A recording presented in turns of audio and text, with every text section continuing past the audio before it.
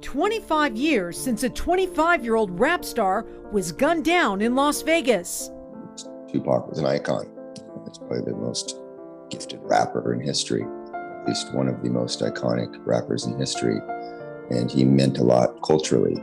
Tupac Shakur was on top of the world, his music and his mentality striking a chord with millions. If I can't live free, if I can't live with the same respect as the next man, I don't want to be here, because God has cursed me to see what life should be like. His death, stunning. His legacy, ongoing. Tonight, a 13 Investigates special. Lost Soul, 25 years since the murder of Tupac Shakur, his high-profile death, his lasting impact, how friends, family, and law enforcement remember his life and death.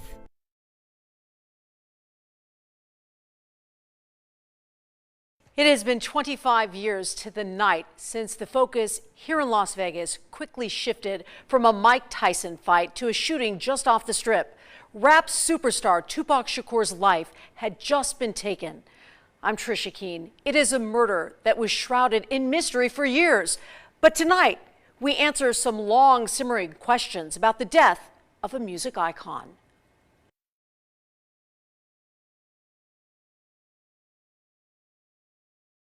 From the start, the deck was stacked against Tupac Shakur. He was born in East Harlem, New York on June 16, 1971, and life was tough. His mother was in jail while she was pregnant with him. He was exposed to violence in his early years, experiences that later fueled his lyrics. All eyes on me. Tupac's family would eventually move to the Bay Area, and in 1991, Tupac broke into the music scene with a group called Digital Underground. A solo career was soon to follow. Within 5 years, he grew to become a giant in gangsta rap and hip-hop. His songs gave a voice to the voiceless.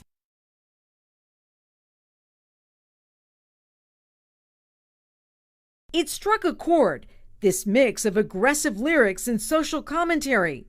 With a me-against-the-world mentality, his music connected with millions around the world. But all who loved him would soon lose him. September 7th, 1996, Tupac, members of his hip-hop group The Outlaws, Suge Knight and other friends came to Las Vegas. It was fight night. Tupac's close friend, boxing great and Las Vegas resident Mike Tyson taking on Bruce Seldon. A fight outside the ring would overshadow the event. A fist fight occurs between Tupac and an individual named Orlando Anderson, who was a Crip, and Tupac's entourage also jumps in and starts to assault Orlando. If you beat up a guy like that, you better have your head on a swivel, because he's going to come back looking for you, and that's exactly what happened. Both Las Vegas Metro Police and the LA Police Department spent years on the case. They believe Anderson then got a gun and drove up to the car carrying Tupac and Suge Knight. It had stopped at a red light at Flamingo and Koval. It was around 11 p.m. when the shots rang out. Tupac's car and the other cars in their group sped down Flamingo, turned onto the Strip, and tried to turn left onto Harmon, but spun out in the intersection. Retired Metro Sergeant Chris Carrol was on bike patrol and was first on the scene. So as soon as the cars came to a stop, almost all the doors in the cars flew open and a bunch of guys came out. He started asking everyone what happened while pointing his gun at them, but no one talked. After the situation calmed down, that's when Carroll noticed someone in the passenger seat. He ordered him out of the car, but nothing happened. Carroll then opened the passenger door and Tupac started to tumble out. So I grabbed him with my left hand and lowered him to the pavement, and I could see immediately he had been shot multiple times. There was a lot of blood all over his torso. I knew it was in bad shape. Carroll says he saw blood was coming out of Tupac's mouth and knew he was almost out of time. He tried to get information, anything, before Tupac blacked out. And I looked at him and I said, "Who shot you?" And he looked at me and he was trying to get his breath together, and I thought I was going to actually get some cooperation. So he looked back at me and he said, "F you."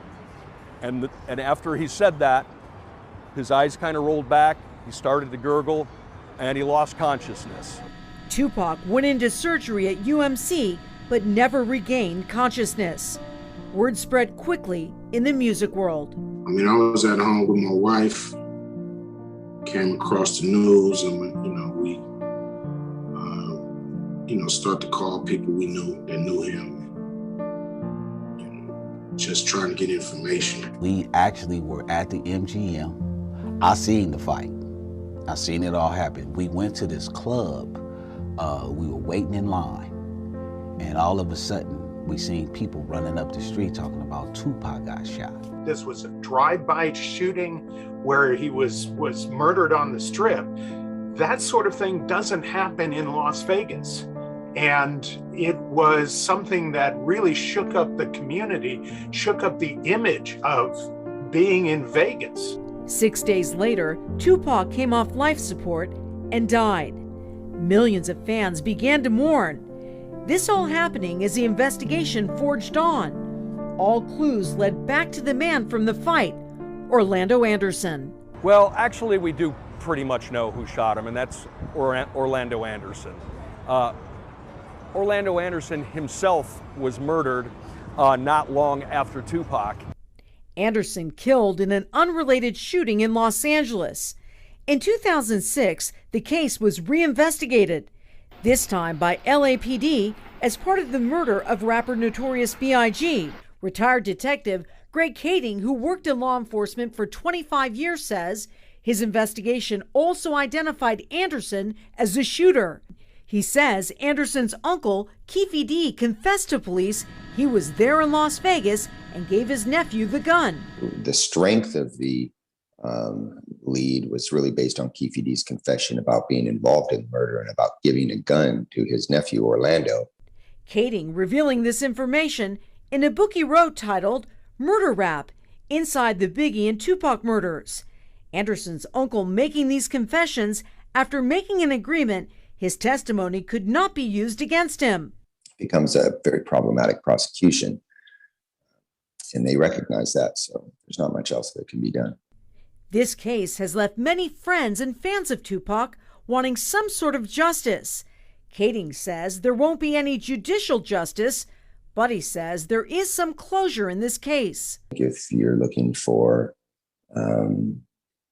closure, all the facts and evidence are there to give you a clear understanding of what happened and why it happened.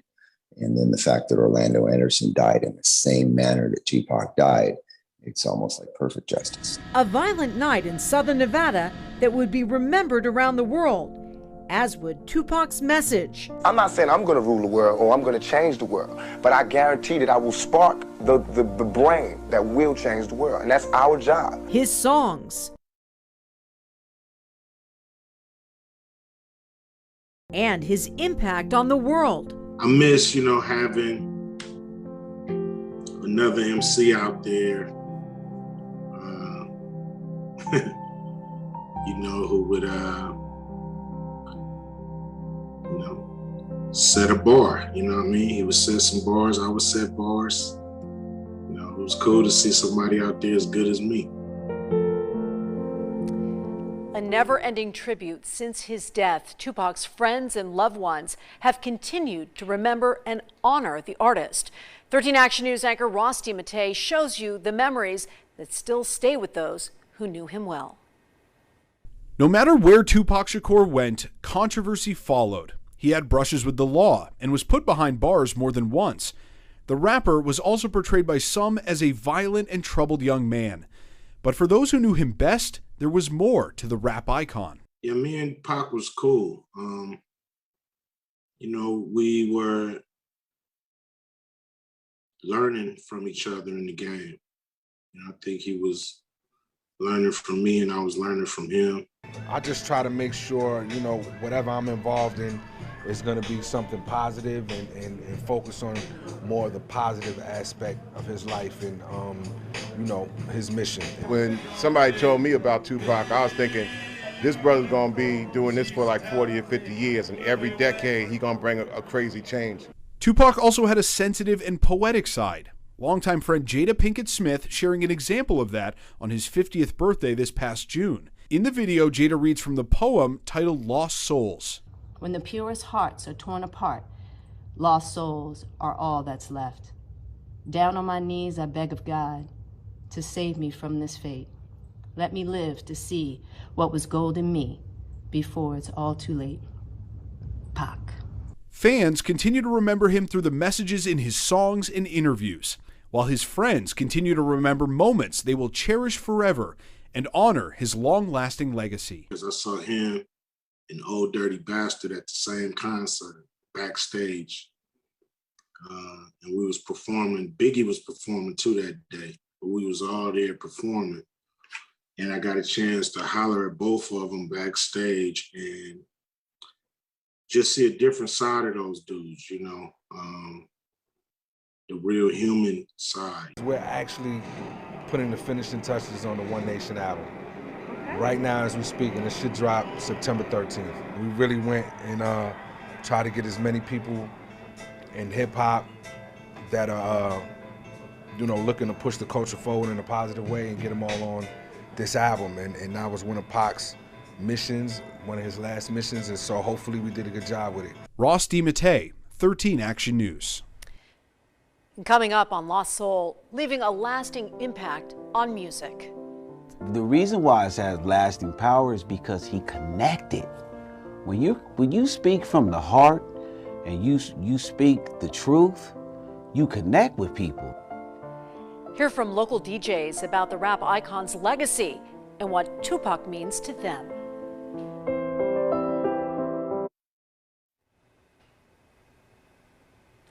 Welcome back. The hip-hop industry was flipped upside down 25 years ago. Amazingly, 25 years later, Tupac is still impacting music. Good Morning Las Vegas anchor Kalina Estrino spoke with local DJs about the legacy of the rap icon. He was a voice for our generation. He was just way ahead of his time. Revolutionary is what I would say about Tupac. Local DJs say Tupac Shakur's words still touch people young and old. The reason why it has lasting power is because he connected. When you speak from the heart and you speak the truth, you connect with people. And I think his greatest attribute was his ability to communicate and show a side of unselfishness. I remember when Tupac was getting was going to the radio station when I was an intern, 14, 15 years old, and begging for his music to get played by one of our DJs by the name of Sway, who was on MTV, who has his own syndicated show on Sirius XM. I seen the growth of Tupac. DJ Franzen works at Dre's nightclub and the Real 103.9. He says Tupac's legacy goes beyond his music. He just made an impact till this day. You can be 21, you could be 51.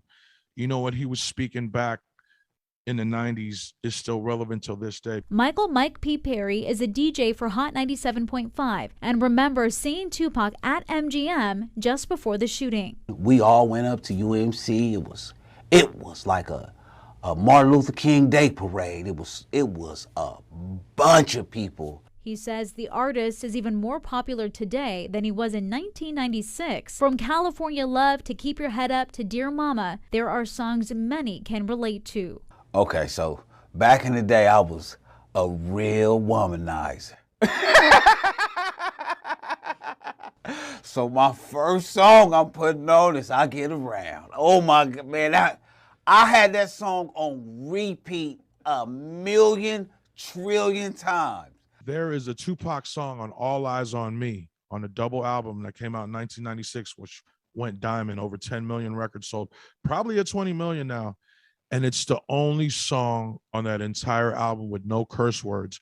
It's called Heaven Ain't Hard to Find. And if you really listen to this song, you'll know what this guy Tupac was really about. For Mike and DJ Franzen, his songs painted a picture of his life and took you on a journey into his world. Tupac said that he was going to inspire people. And I've been on the radio here 20 years.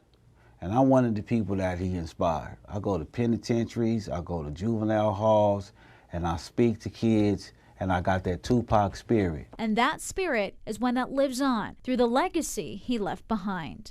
Kalina Estrinos, 13 Action News. Well, coming up on Lost Soul, from sergeant to celebrity status, the unintended consequence from being the first officer on scene. Stay with us. Welcome back. The murder of Tupac has had one completely unintended consequence. It's made a celebrity out of the retired Metro Police Sergeant who was first on the scene. Even 25 years later, Tupac's biggest fans can spot Chris Carrol right away. A family I can only describe as starstruck interrupts our interview with retired Metro Sergeant Chris Carrol. When the Turners from Mississippi approached us, we were actually talking about the very thing that's made Carrol a familiar face to Tupac fans. The fact he was the last person to speak with him. How old are you? I'm 39. Okay, so you were about 14 years old when Tupac... 96, yeah, that was in 96. Yeah. I remember what I was doing. I was at a party in the backyard when he died. So I remember everything about it. Marcus Turner calls Tupac's rhymes and beats the soundtrack of his youth, and has watched every documentary done on Tupac Shakur, trying to get to the bottom of who murdered who he calls a music prophet.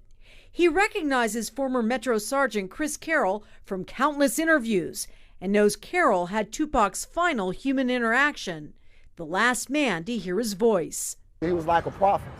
A lot of things that are going on now he spoke about back then, you know, so that's what we know him from. We grew up on Tupac. That's what I grew up on. That's how I know so much about it.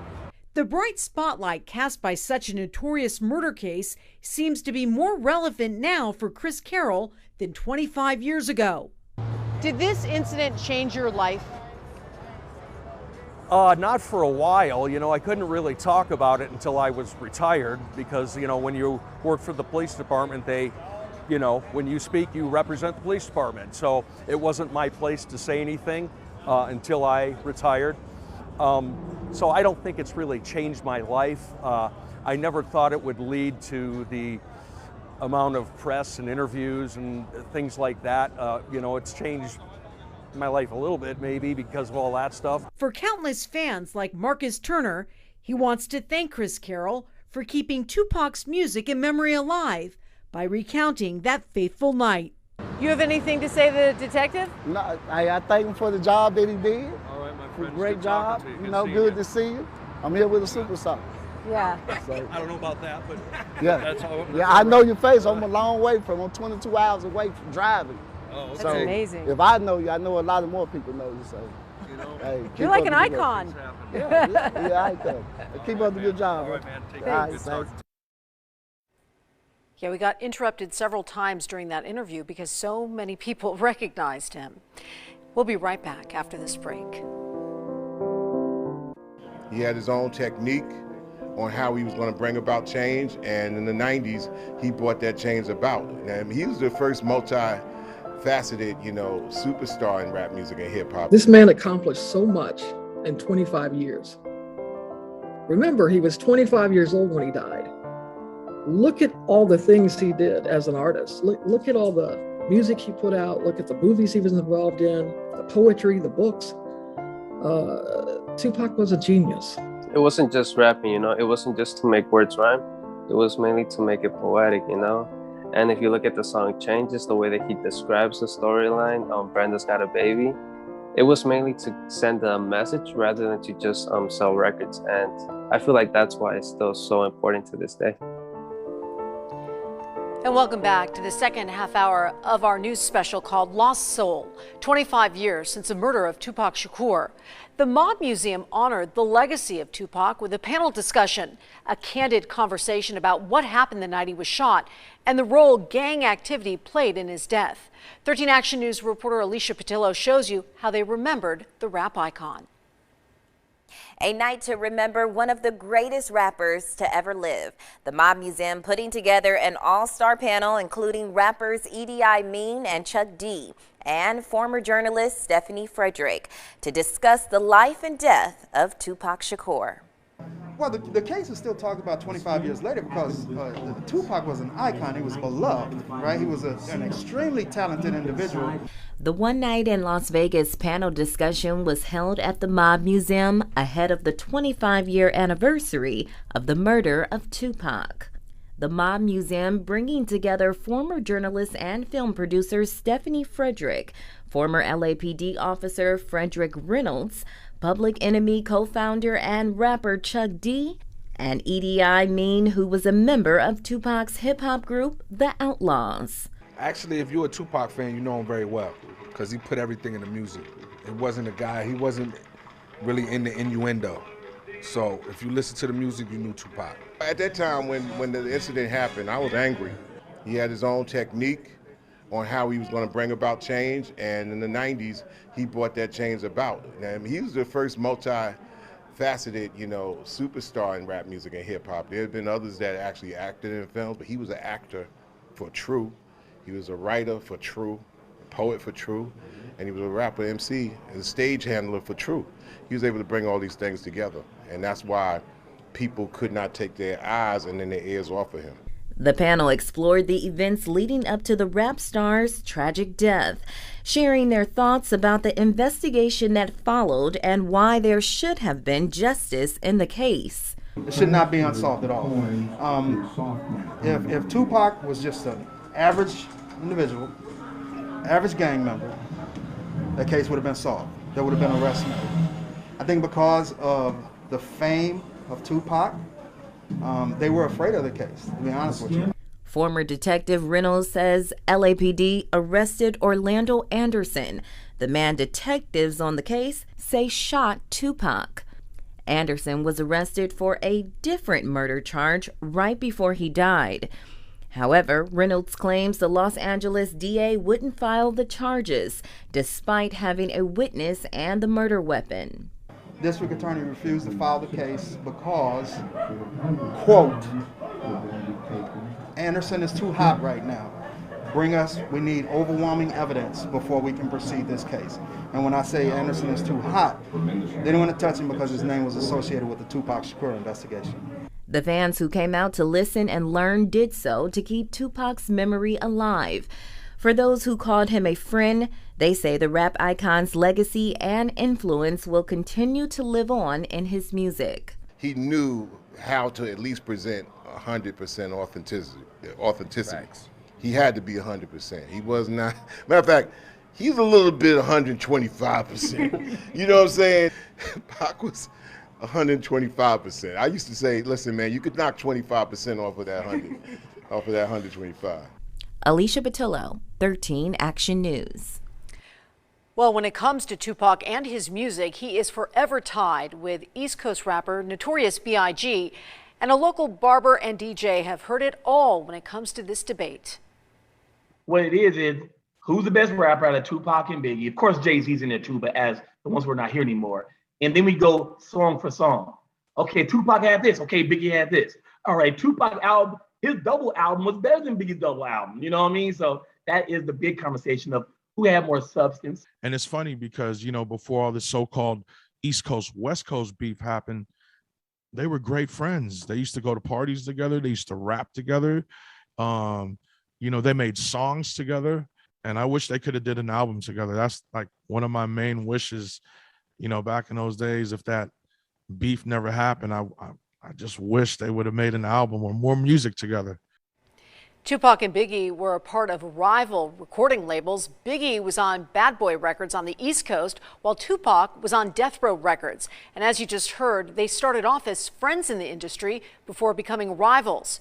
Tupac, of course, died in 1996, and Biggie was shot and killed in California on March 9th. 1997.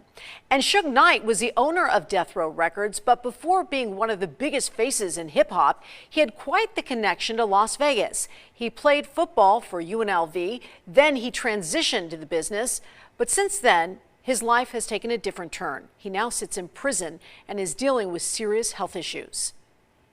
I think it's a life gone to waste. You know what? This guy had so much potential. He's a college football player. I mean, he had a business that could have skyrocketed. Unfortunately, because of his crimes and his behaviors, he basically ruined his life. And now he is sitting in jail facing a murder charge with a strong likelihood that he's never gonna get out of prison alive. Knight is currently in Richard J. Donovan Correctional Facility in San Diego County.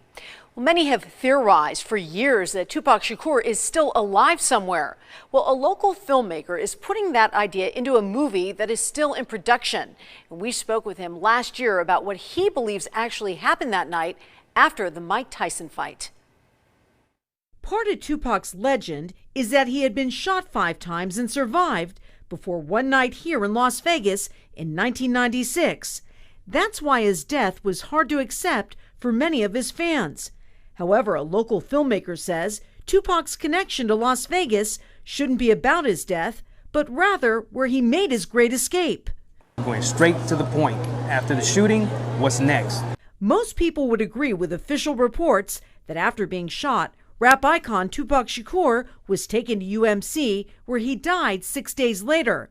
But local filmmaker Rick Boss has an alternate ending. This movie is about Tupac actually escaping from the University Medical Center here in Vegas and relocating to New Mexico, getting protection from the Navajo tribe. Boss says when the rapper arrived to Las Vegas for fight night, he was allegedly informed of a planned hit on him. That's when the escape plan came into fruition, from planting a Tupac double in Suge Knight's BMW to a strategic aerial exit. When certain FBI agencies are looking for you, the first thing they're going to do is block the airport so you can't travel out. So the best way to escape is through helicopter, private helicopter, to another state. FBI agents can't go onto tribal land without the tribal council's permission. Boss says that's why Navajo land in New Mexico made for the perfect hideout.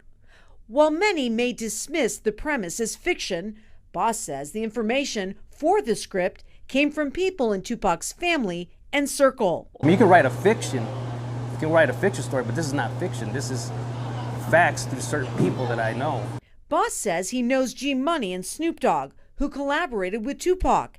Boss's father knew Tupac's mother from their involvement in the Black Panthers Party. Boss says he wants Tupac fans to see the movie and decide for themselves. The man who plays Tupac in the film, Richard Garcia, says he believes the rap legend did die in Las Vegas in 1996 at the age of 25, but says his legacy is still very much alive. He's gone, but he lives on, like you said, like his mother said. He lives on through all of us, through our memories, through our hearts, through our tribute. And this film, Tupac, The Great Escape from UMC, was expected to come out sometime this year. However, Boss recently posted on social media that due to the pandemic, the film has been put on hold for now.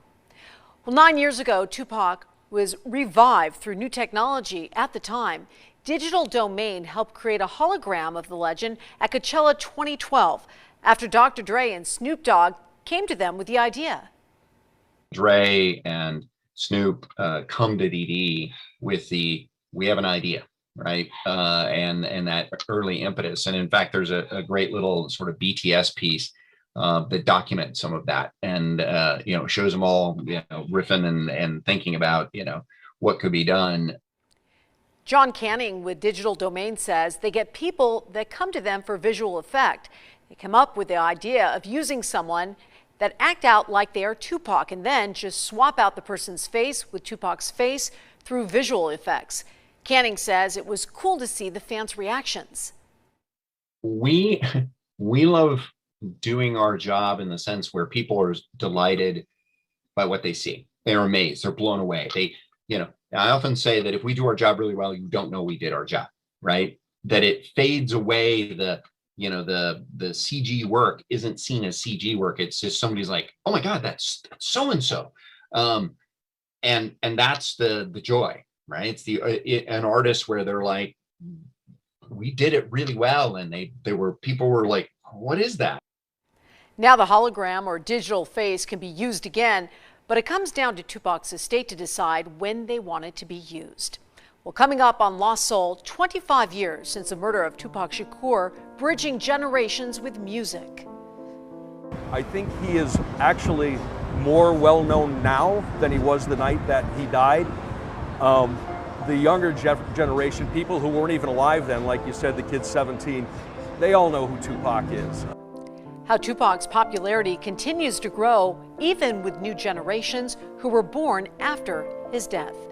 Plus, back in Las Vegas and on sale, how much the car Tupac was riding in when he was murdered is going for. That and more on Lost Soul after this break.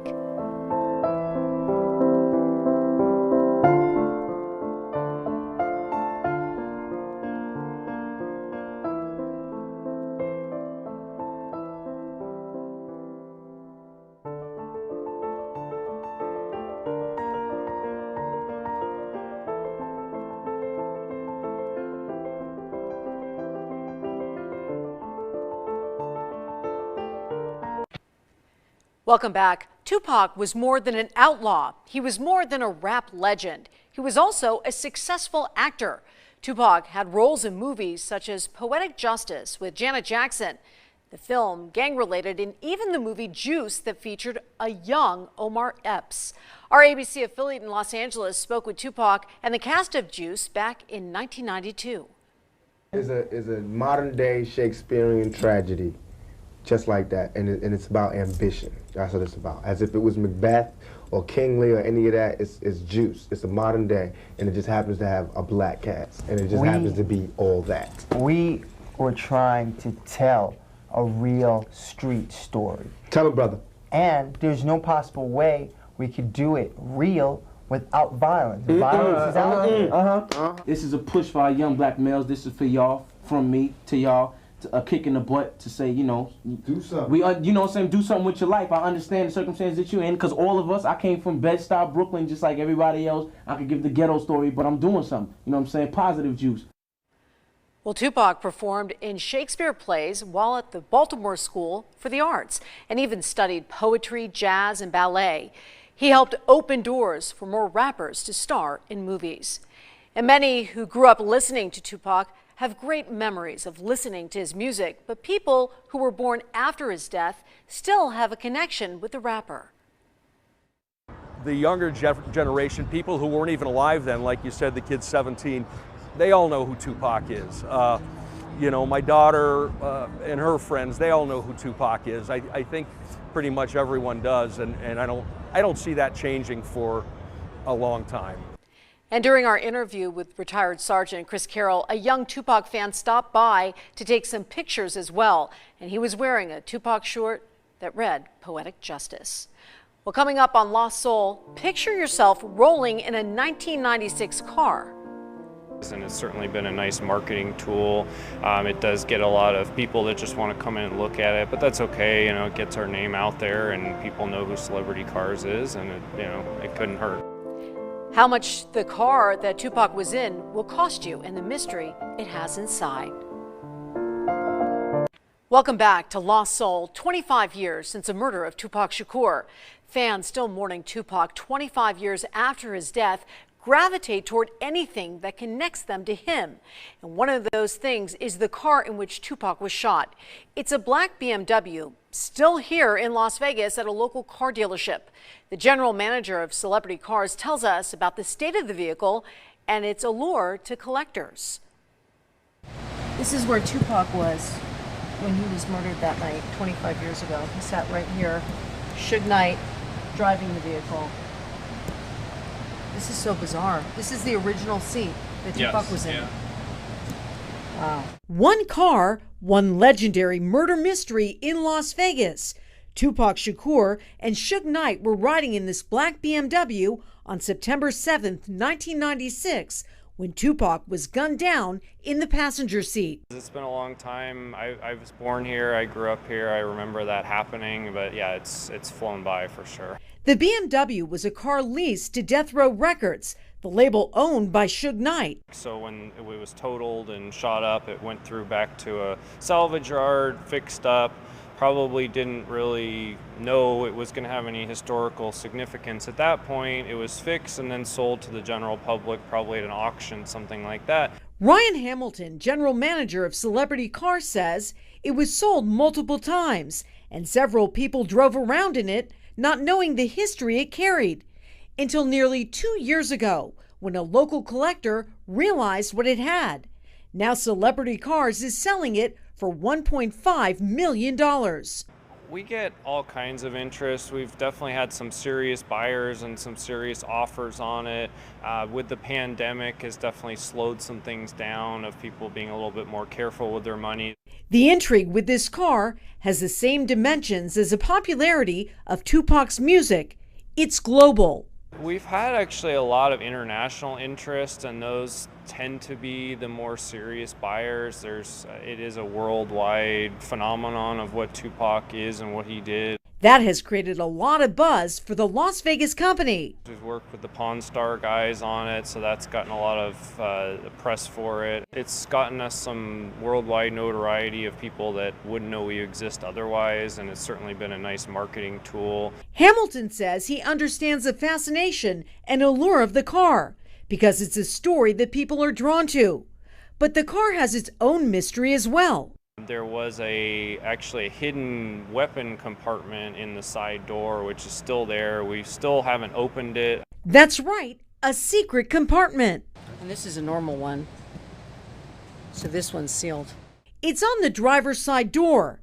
Hamilton says that it is sealed and appears to have a mechanical release for it. He says he believes Suge Knight used it to store a gun. It definitely was probably a firearm at some point. I think it's probably just sealed up at this point. I don't think there's probably anything in it, but it's, your guess is as good as mine, I guess. It's never been opened. We asked retired Sergeant Chris Carrol if anything was ever found in there. It's clearly a place where you could have hid a weapon, but none was found that night.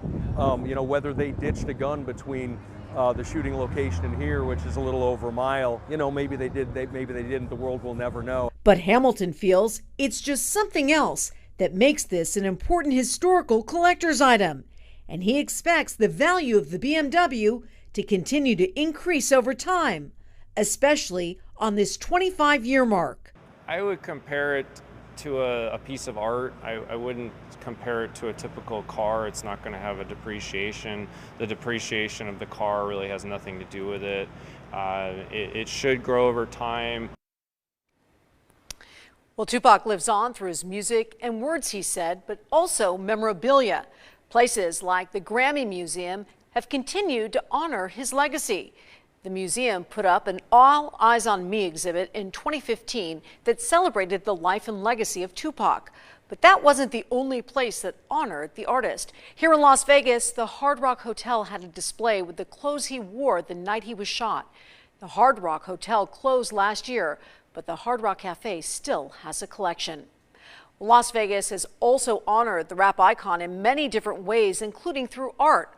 Local wall muralist Juan Ochoa, or Latin artist, made this mural last year at the Moulin Rouge Hotel. It includes portraits of Martin Luther King, Malcolm X, and Tupac. The fire at the Moulin Rouge damaged the MLK portrait, but Tupac still stands to this day. He is proud of his work, especially since Tupac wasn't in the original plans. It was the Black Lives Matter. They really wanted MLK because it was all about peace. And they were also wanting to incorporate Malcolm X, but the bridge in between Malcolm X and MLK was kind of Tupac, somebody that was still peaceful, but somebody that still knew how to react when people provoked them. So it was somebody we really wanted to push. The fact that he died in this very city, it was a main reason why we also wanted him in the mural. And just for the fact that it was a historical ground that we were painting. And Ochoa says growing up, he didn't know much about Tupac until his friend asked him to make a portrait of the rapper. He listened to the song Old School, which talks about making graffiti art, something Ochoa now gets paid to do. He says it's crazy how that song inspired him. It was the album Me Against the World. Instantly, once I started listening to it, I just loved it, especially the song Old School. And the storytelling, it really puts the imagination in your head, and you feel like you could understand everything that's going on through what he's saying. But it was pretty much saying disregard school, hit the streets and do graffiti. And I'm like, damn, that's what it was about back in the day. That sounds sick. And then looking back at it, like I'm literally just right after leaving high school, I just started becoming a professional graffiti artist. And then like, this is the mural that's also getting attention, and it was a Tupac, you know, like that song literally inspired me to do a portrait of Tupac. Yeah, Ochoa says he wants to do more Tupac murals in the near future. We'll be right back after this break.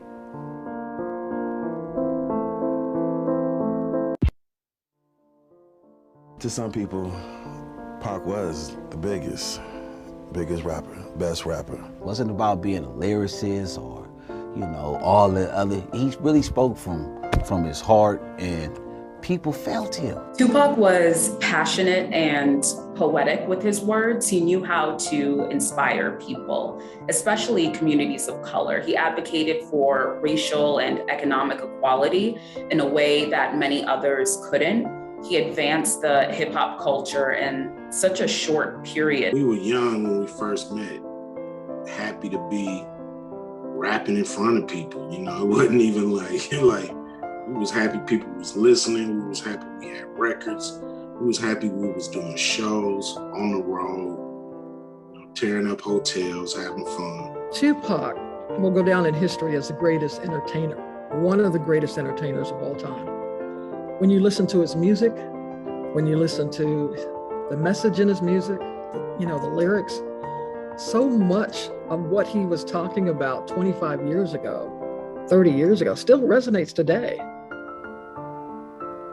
That is so true. And that does it for this 13 Action News special, Lost Soul, 25 years since the murder of Tupac Shakur. We want to thank everyone who spoke with us on this somber anniversary for the music industry.